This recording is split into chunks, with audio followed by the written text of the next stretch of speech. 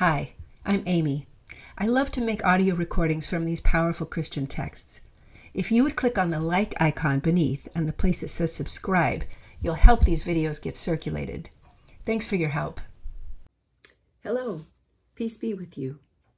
Today I'm going to be reading from Humility by Andrew Murray, revised by Harold J. Chadwick, published by Bridge Logos Publishers, and I hope to read the whole thing, beginning with the preface. There are three great motives that urge us to humility.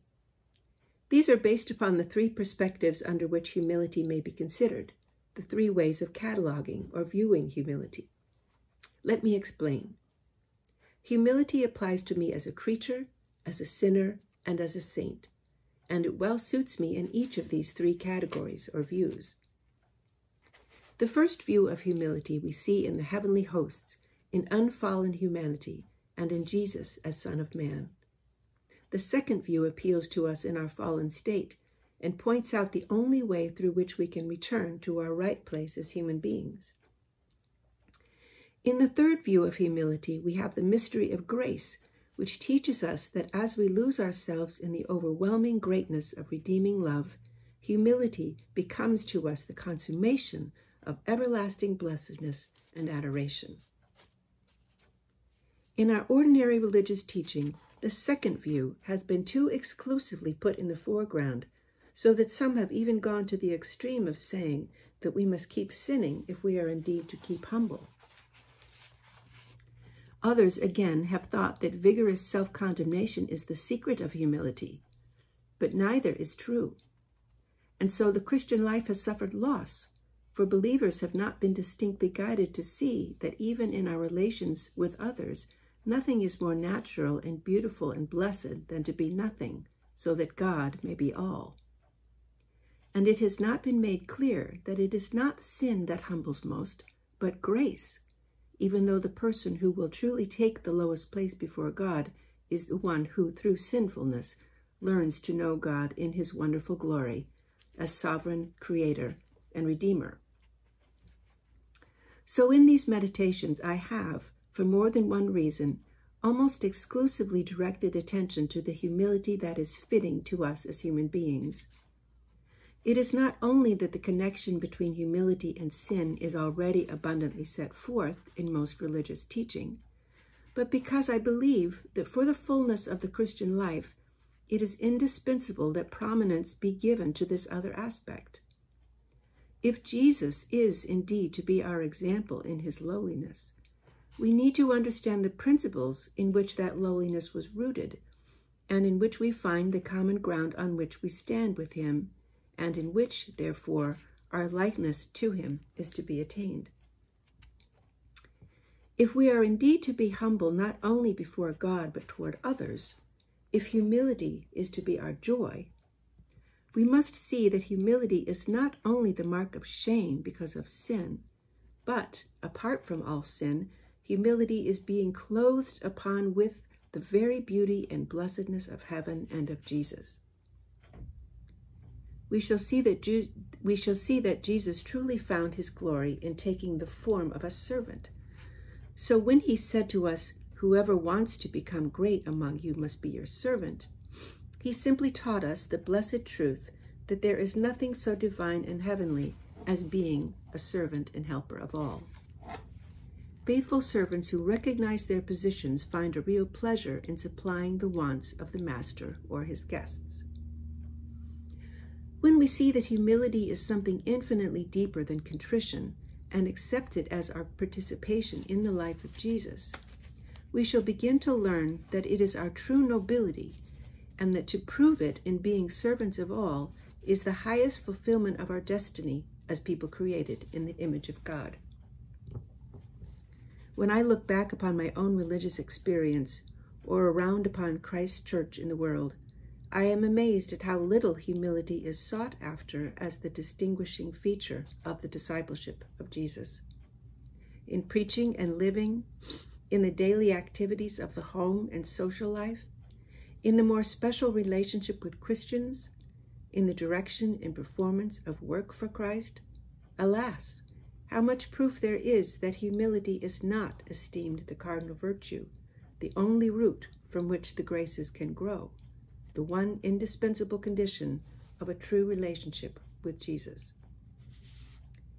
That it should be possible for people to say of those who claim to be seeking the higher holiness that their profession has not been accompanied with increasing humility is a loud call to all earnest Christians, however much or little truth there is in the charge, to prove that meekness and lowliness of heart are the chief mark by which those who follow the meek and lowly Lamb of God are to be known.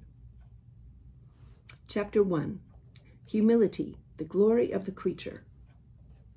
They shall lay their crowns before the throne and say, "You are worthy, O Lord and God, to receive glory and honor and power, for you created all things, and by your will they were created and have their being." Revelation 4, verses 10-11. When God created the universe, it was with the one object of making humankind partaker of his perfection and blessedness, and so showing forth in it the glory of his love and wisdom and power. God wished to reveal himself in and through human beings by communicating to them as much of his own goodness and glory as they were capable of receiving.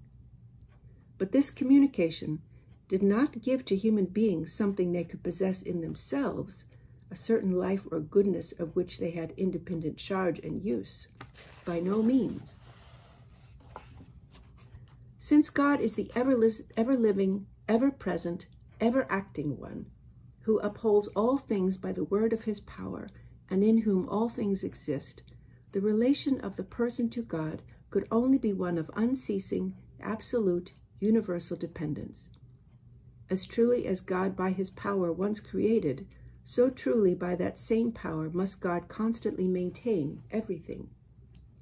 We have only to look back to the origin and first beginning of our existence to acknowledge that we owe everything to God. Our chief care, highest virtue, only happiness, now through all eternity, is to present ourselves as empty vessels in which God can dwell and manifest his power and goodness. The life God bestows is imparted not once for all a person's life, but each moment continuously by the unceasing operation of his mighty power. Humility, the place of entire dependence on God, is from the very nature of things the first duty and the highest virtue of a human being. In fact, it is the root of every virtue. And so pride, or the loss of this humility, is the root of every sin and evil. It was when the now fallen angels began to look upon themselves with self-complacency that they were led to disobedience and were cast down from the light of heaven into eternal darkness. Even so it was when the serpent breathed the poison of his pride, the desire to be like the Most High, into the hearts of our first parents, that they too fell from their high estate into all the wretchedness in which humanity is now sunk. In heaven and earth, pride, self-exaltation, is the gate and the birth and the curse of hell. Therefore it follows that nothing can complete our redemption but the restoration of the lost humility, the original and only true relation of the created to its Creator. And so Jesus came to bring humility back to earth and to make us partakers of it, and by it to save us. In heaven, he humbled himself to become a man. The humility we see in Jesus possessed him in heaven. Humility brought him to earth, and he brought humility with him from heaven. Here on earth, he humbled himself and became obedient to death. His humility gave his death its value, and so became our redemption. And now the salvation he imparts is nothing less and nothing else than a communication of his own life and death, his own disposition and spirit, his own humility, as the ground and root of his relation to God and his redeeming work. Jesus Christ took the place and fulfilled the destiny of humanity as a human being by his life of perfect humility. His humility is our salvation. His salvation is our humility. His salvation is our humility. And so the life of the saved ones, of the saints, must bear this stamp of deliverance from sin and full restoration to their original state, a state in which their whole relation to God and others is marked by an all-pervading humility. Without this, there can be no true abiding in God's presence or experience of his favor and the power of his Spirit. Without this, there can be no abiding faith or love or joy or strength. Humility is the only soil in which the graces root. The lack of humility is the sufficient explanation of every defect and failure. Humility is not so much a grace or virtue along with others as it is the root of all, because it alone takes the right attitude before God and allows him, as God, to do all. God has so constituted us as reasonable beings that the truer the insight into the real nature or the absolute need of a command, the readier and fuller will be our obedience to it. The call to humility has been too little regarded in the church because its true nature and importance has been too little understood. It's not a something that we bring to God or which he bestows. Humility is simply the sense of entire nothingness that comes when we see how truly God is all, and in which we make way for God to be all. When we realize that this is the true nobility, and consent to be, with our will, our mind, and our affections, the vessel in which the life and glory of God are to work and manifest themselves, we'll see that humility is simply acknowledging the truth of our position as human beings and yielding to God his place. In the life of earnest Christians, of those who pursue and profess holiness, humility should be the chief mark of their uprightness. It's often said that it's not so. May not one reason be that in the teaching and example of the church, humility has never had that place of supreme importance that belongs to it? And the lack of importance is owing to the neglect of this truth, that strong as sin is as a motive to humility, there is one of still wider and mightier influence. It is what makes the angels, what made Jesus, and what makes the holiest of saints in heaven so humble. It is the first and chief mark of the relation of Christians, the secret of their blessedness. It is the humility and nothingness that leaves God free to be all. I'm sure there are many Christians who will confess that their experience has been very much like my own in this, that we had long known the Lord without realizing that meekness and lowliness of heart are to be the distinguishing feature of the disciples as they were of the Master. And further, that this humility is not a thing that will come of itself, but that it must be made the object of special desire and prayer and faith and practice. As we study the Word, we'll see what very distinct and oft-repeated instructions Jesus gave his disciples on this point, and how slow they were in understanding him. Let us, at the very beginning of our study, admit that there is nothing so natural to us, nothing so insidious and hidden from our sight, nothing so difficult and dangerous as pride. Nothing but a very determined and persevering waiting on God and Christ will reveal how lacking we are in the grace of humility, and how helpless we are to obtain what we seek. So let us study the character of Christ until our souls are filled with the love and admiration of his lowliness. And let us believe that when we are broken down under a sense of our pride, and of our inability to cast it out, Jesus Christ himself will come in to impart this grace also as a part of his wondrous life within us. And then he has a few endnotes here at the end of the chapter.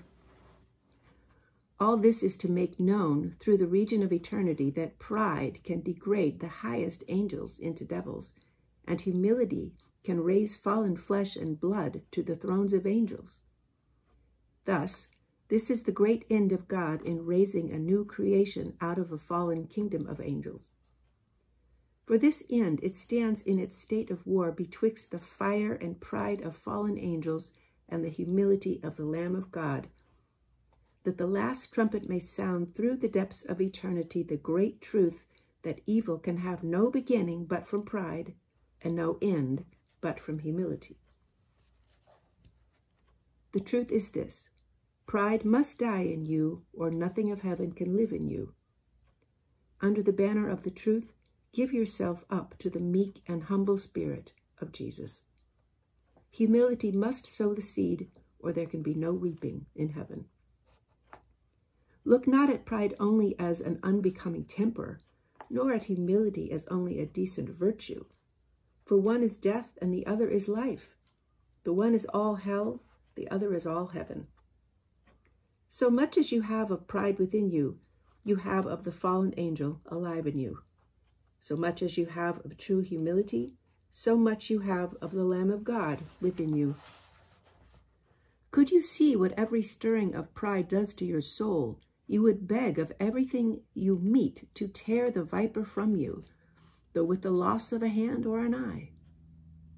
Could you see what a sweet, divine, transforming power there is in humility, how it expels the poison of your nature and makes room for the Spirit of God to live in you, you would rather wish to be the footstool of all the world than lack the smallest degree of pride.